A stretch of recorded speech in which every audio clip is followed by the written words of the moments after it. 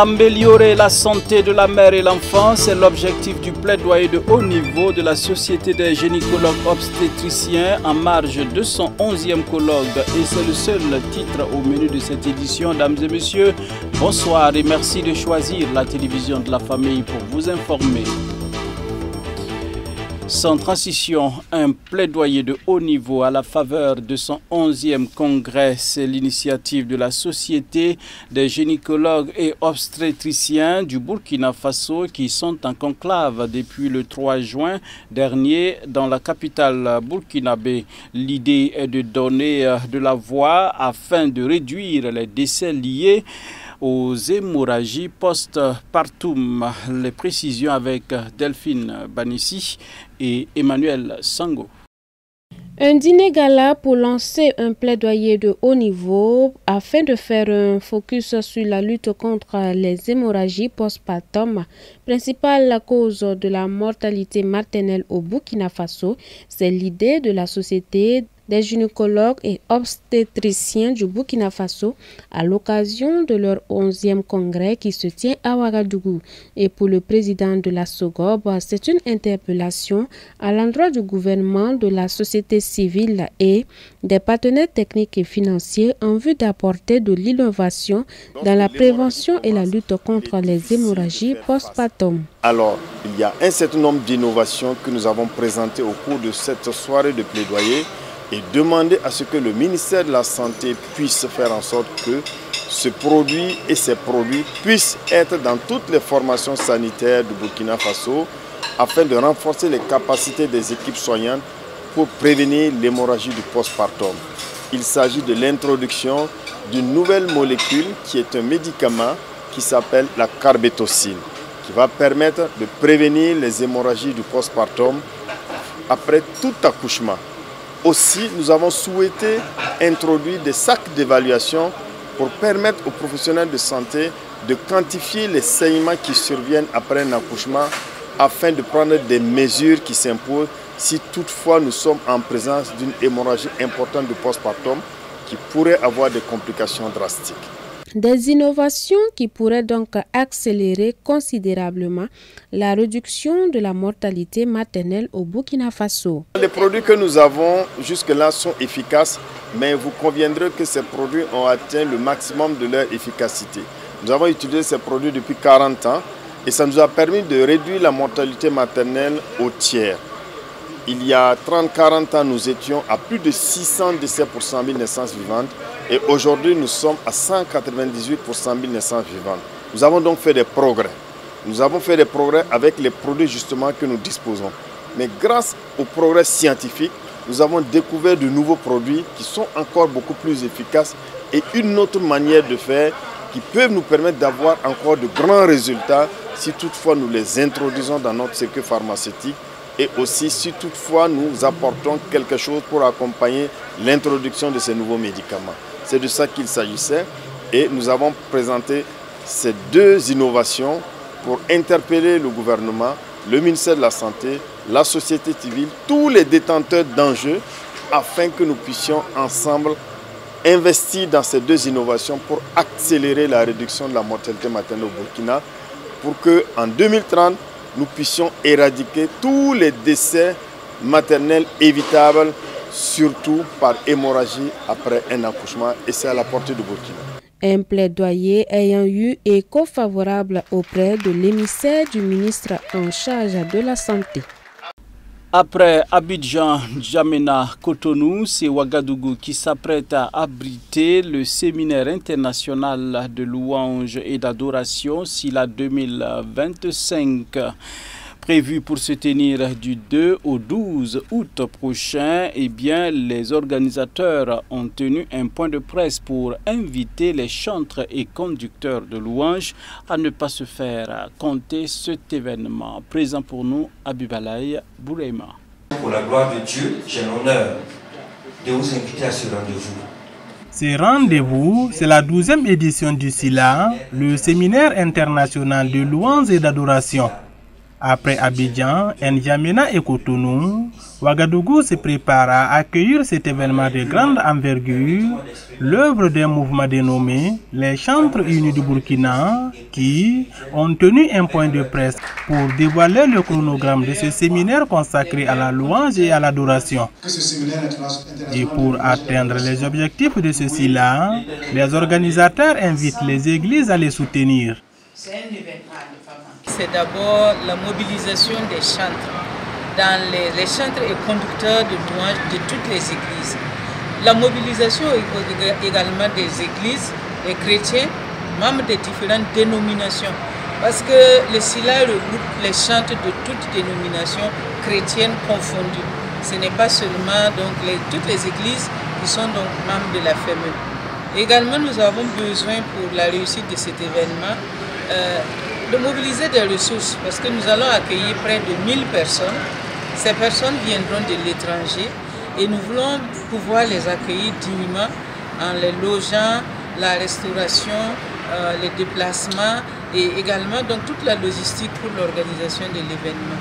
Et pour ça, nous avons besoin donc d'un appui financier des entreprises, des personnes ressources de l'Église, des chrétiens, des églises individuellement, mais également de toute personne de bonne volonté qui souhaiterait en tout cas appuyer cet événement. Même si vous n'avez pas une belle voix pour chanter, si vous pouvez apporter donc une contribution financière, aussi petite soit-elle, de 200 francs, 500 francs, 1000 francs, jusqu'à 1 million et plus de 1 million, nous prenons toutes les contributions comme étant nécessaires. Et nous allons organiser des concerts à domicile.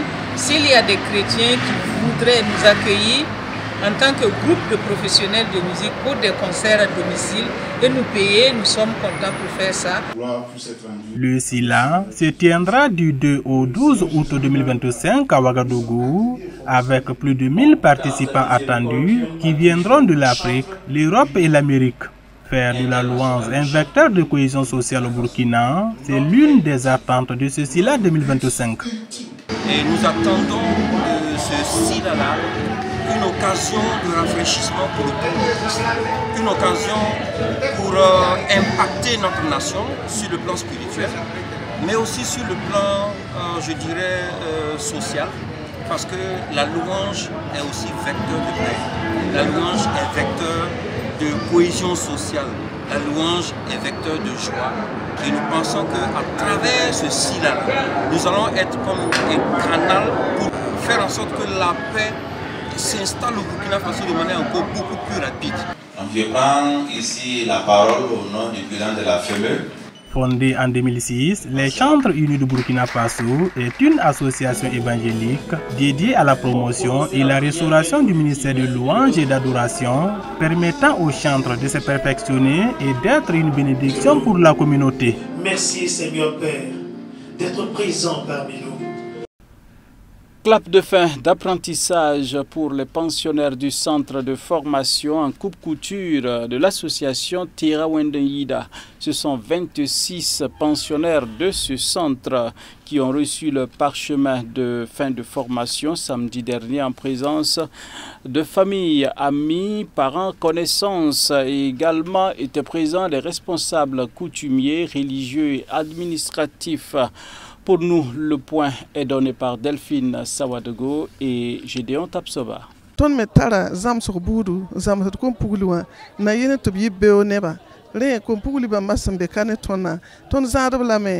Nous avons plusieurs types de formations pour elles. Nous ne faisons pas que la coupe-couture. Nous leur apprenons à être de bonnes dames afin de porter du fruit.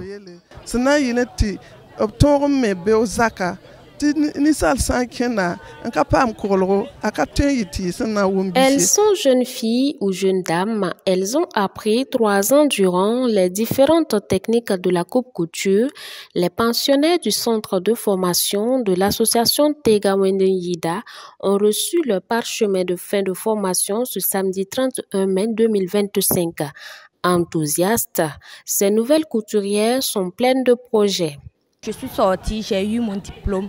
Je compte aller dans un atelier aussi, apprendre un peu les modèles et puis ouvrir mon propre coin petit à petit, devenir styliste un jour Nous avons déjà des filles dans la vie active que nous suivons toujours. Celles qui sortent aujourd'hui, nous avons aussi un mécanisme de suivi pour elles jusqu'à ce qu'elles s'en sortent. Et qui de mieux que la marraine d'encourager ces fioles à se faire une place dans la société? Les filles qui ont été formées ici sont aussi des femmes. Et donc à partir de maintenant, quand elles ont leur parchemin et leur attestation en main, je les dis, il faut qu'elles se battent pour aussi s'insérer dans la vie sociale et aussi dans l'entrepreneuriat. Elles ne doivent pas aller dormir. Ce que j'attends d'elles, c'est que j'entends qu'on dise, ah, celles qui sont sorties d'ici là, elles ont ouvert leur atelier ici, elles ont même mis une école ici, elles se sont associées pour faire avancer les choses dans un autre sens.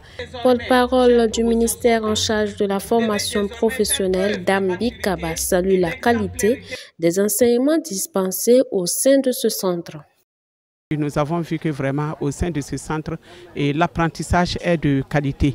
À cet effet, nous voulons vraiment à travers votre micro, au nom de Monsieur le ministre, encourager les responsables du centre de formation en coupe-couture parce que nous avons assisté à un défilé de mode, nous avons assisté à des prestations diverses des apprenants.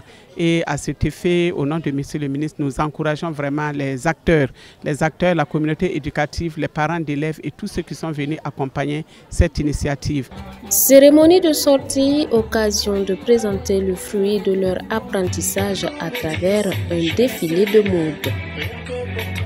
Les faiseurs de paix, c'est le nom de baptême de la 45e promotion de l'école de formation biblique et agricole de Banankeledaga. La cérémonie de remise de diplôme aux lauréats de cette promotion a eu lieu en présence du président du Conseil général des Assemblées de Dieu du Burkina Faso, le docteur Étienne Zongo. Le reportage est signé Abibalaï Boureima et Xavier Ouedraogo. La paix constitue un sujet de prière, de recherche et de préoccupation des hommes depuis la nuit des temps. C'est dans cette optique de contribuer à la recherche d'une paix réelle et durable, l'école de formation biblique et agricole de Banankeledaga, dans la région administrative de Haut-Bassin, a formé, équipé 55 personnes pendant 3 années, afin qu'ils soient des hommes transportant des valeurs qui prônent la paix. Ils se font appeler les faiseurs de paix. Les lauréats de la 45e promotion de l'école de formation biblique et agricole de Banankeledaga ont reçu leur parchemin de fin de formation. Je rends grâce à Dieu qui nous a donné ce beau jour, jour mémorable pour la sortie de notre promotion et baptisé les faiseurs de paix. Nous rendons grâce au Seigneur, que le Seigneur, le Dieu de la paix, nous fasse des hommes de paix, à être Seigneur des gens qui vont apporter la paix et dans ce monde qui a soif de paix. Comme le thème nous dit, d'être les hommes de paix. Donc nous sommes les faiseurs de paix et notre prière est que Dieu nous aide à marcher conformément à ce que le verset nous dit. Notre engagement dans l'église est d'encadrer les femmes et les jeunes filles à vraiment méditer la Bible et pouvoir lire la Bible comme il se doit. Les faiseurs de paix, le nom de baptême de cette 45e promotion de Banankeledaga, l'orateur à l'occasion de cette cérémonie de sortie a donné un message sur la paix selon la Bible. Nous avons parlé de la paix, nous avons mis l'accent sur 2 composantes de la paix, la justice et la bonté. Vertu que Jésus a incarnée, il faisait le bien, il faisait ce qui est juste. Et le défi lancé aux faiseurs de paix et un défi lancé à toute la communauté chrétienne et à tous les Burkinabés. Ce que je suis en train de faire, est-ce que c'est bien? Est-ce que c'est juste? Si j'arrive à concilier ces 2 aspects, je suis dans la paix. Et je pense que le Burkina a besoin de paix, le monde a besoin de paix. C'est un cri de cœur, c'est un monde troublé. Quelquefois, on a l'impression qu'il y a un chevalier rouge là, qui a jeté sa coupe et la paix a été ôtée du monde. On a l'impression que la paix a été ôtée du monde. Mais il y a des faiseurs de paix. La paix est dans nos cœurs, la paix est dans nos églises, La paix est dans nos familles, dans nos églises et la paix sera au Burkina. Le directeur de l'école biblique de Banakili-Daga s'est réjoui pour la bonne volonté des étudiants. Il les appelle toutefois à être des vrais faiseurs de paix. Je suis très satisfait car année après année, les étudiants ont fait preuve d'une bonne volonté d'étudier. Et effectivement, ils ont étudié brillamment et je ne peux que être satisfait. Mon conseil, c'est par rapport à leur nom, faiseurs de paix, qu'ils soient des hommes et des femmes qui font la paix, qui sont des artisans de la paix, qui travaillent pour la paix, pour poursuivre la paix, car la paix est la marque du royaume de Dieu. La 45e promotion se sont donnés pour nom faiseurs de paix et cela est tiré de Matthieu 5, le verset 9.